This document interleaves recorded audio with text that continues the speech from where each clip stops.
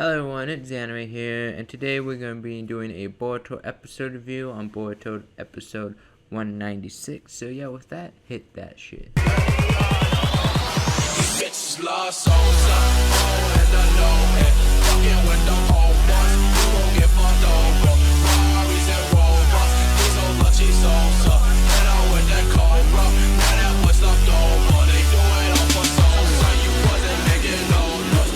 Okay, so this episode begins, I believe, where the last episode left off, with Caution Koji and Delta outside the village. And then we get the big reveal that Caution Koji, even with the new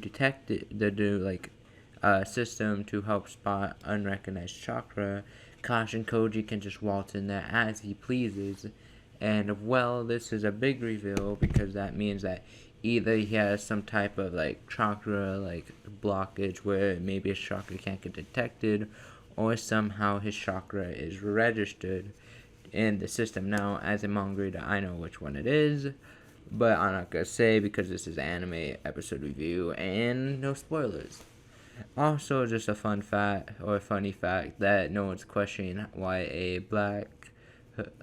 someone in a black hood, just walking around the village. No one's just asking any questions. That's kind of funny. Okay, are you just not gonna, see this guy here in a black hood covering his face and just not, notice anything? But that's probably just a result of times of peace.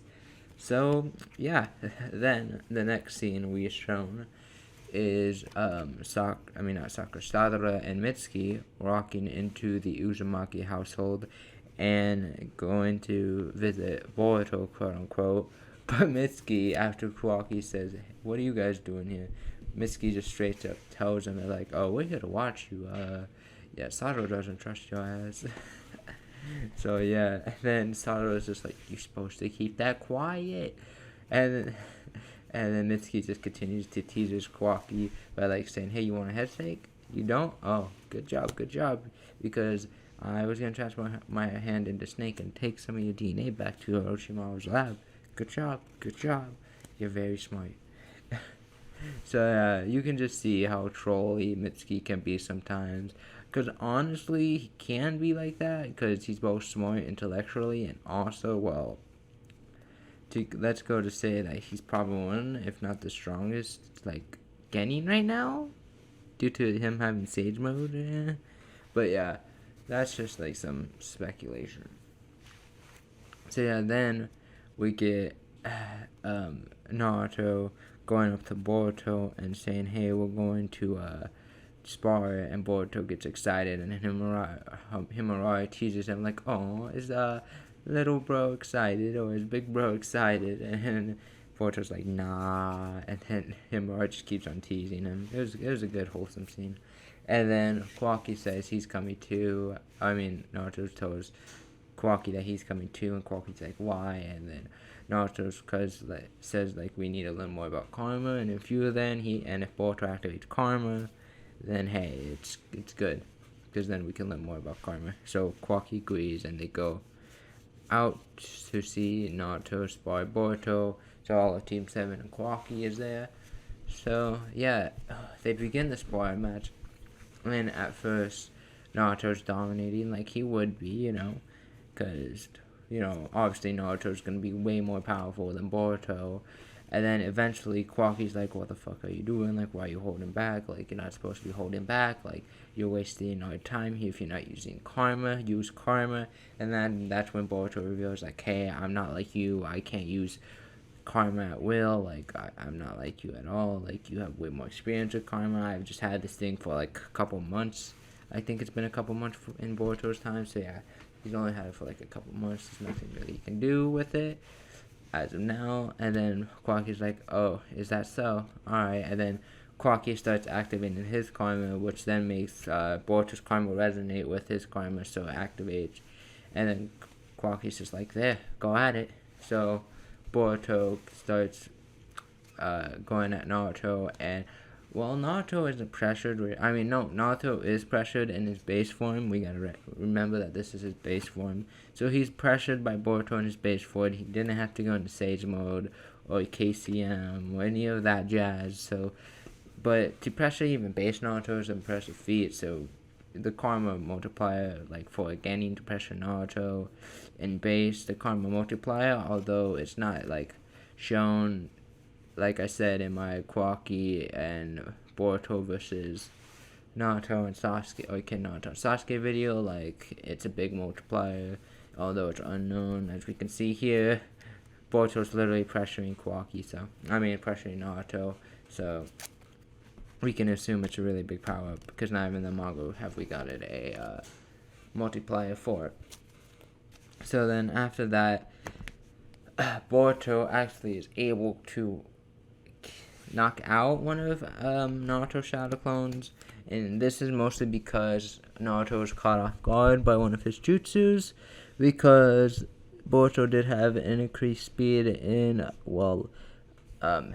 taijutsu, so naturally his regular jutsus are going to also have a speed increase, like a slight speed increase. So when he used Thunderclap, it just took Naruto's shadow clone off guard because it became faster, and so it was able to hit Naruto's clone and make it, just disappear, defeating one of Naruto's shadow clones.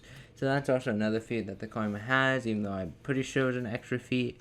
But even so, the karma was able to defeat one of Naruto's shadow clones, even though it was off guard. So if Naruto was on guard, then it probably wouldn't have. But still, it's just something to know. And then we have a little reflection almost on Kwaki's memories, because he's seen Boruto and Naruto train, and he's just like, this isn't how me and Jigen trained. What is this? Because we see in the flashback, Jigen was literally beating him to a pulp with a black, pole, and telling me, like, get back up, you worthless runt, get back up, and just kept on hitting him with a black pole, so that, I guess to build, like, strength or whatever, and also just to degrade him, to make him, Kwaki, feel like less than human, so it'd be easier to control him, possibly. I mean, hey, it didn't work out that well. But anyhow, so then we see Kwaki reflecting on, like, why is this how regular training is supposed to go? Like, this ain't how it's supposed to went with me and Jigen. And yeah, then as we are heading back to the houses, like Team 7 and Kwaki are heading back to the houses, Sadara and Mitsuki kind of reflect on how strong Boruto has gotten with the karma mark. And Mitsuki brings up, like, hey, something that, like, strong, it doesn't come without like trade-offs, which will be learned later in the manga what the trade-offs are, but we can kind of assume what the trade-offs are now, but I won't say the exact trade-offs. So yeah, like, Mitsuki realizes, like, hey, nothing this big comes out without any trade-offs, like, there's something here that we don't know about yet.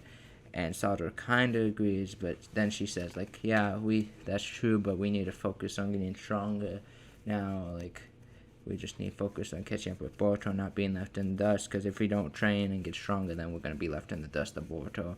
And Sadara, being Hokage, doesn't want that to happen.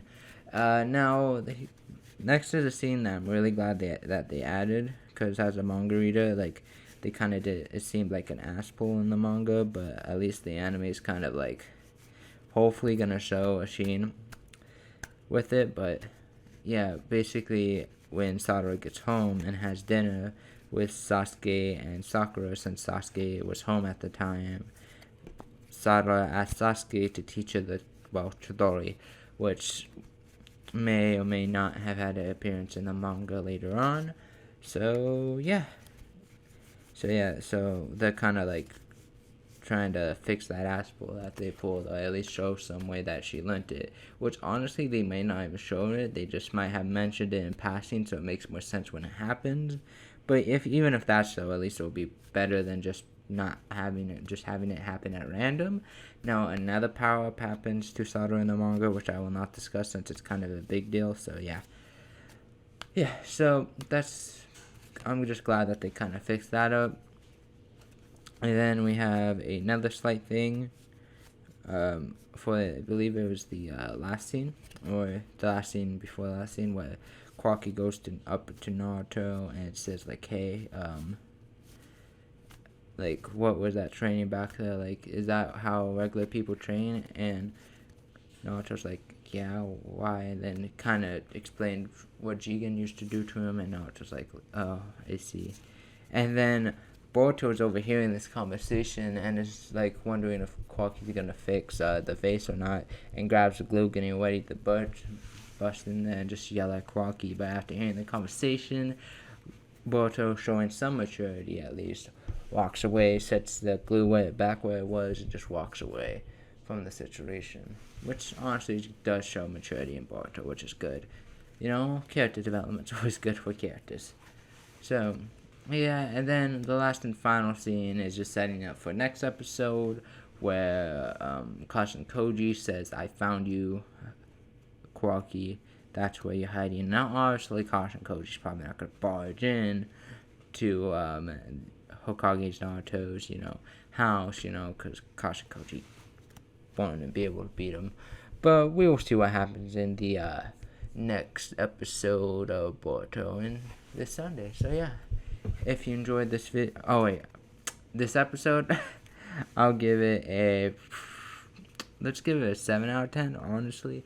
It was decently good, like the sparring match was pretty good, but nothing special, just a little bit more character development on the Quacky side, while also giving us a little bit more of like a base on what the Kami still can do, because the only real action we've seen of it is when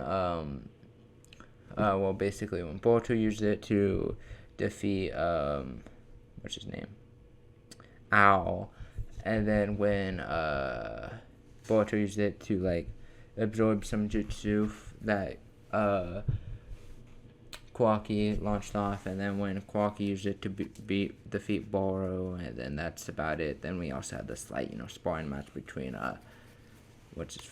Quacky and Boruto in the last episode, I believe it was. So yeah, that's like the only instances that we really seen it, and like only like one of them really showing like the slight multiplier they can give to a person's strength, which would be the ball run. So yeah, I'm glad that they showed, or that scene was put in there. So yeah, overall 7 out of 10. And yeah, if you enjoyed this video, like, subscribe, or not, your free will. And Zianwe signing off.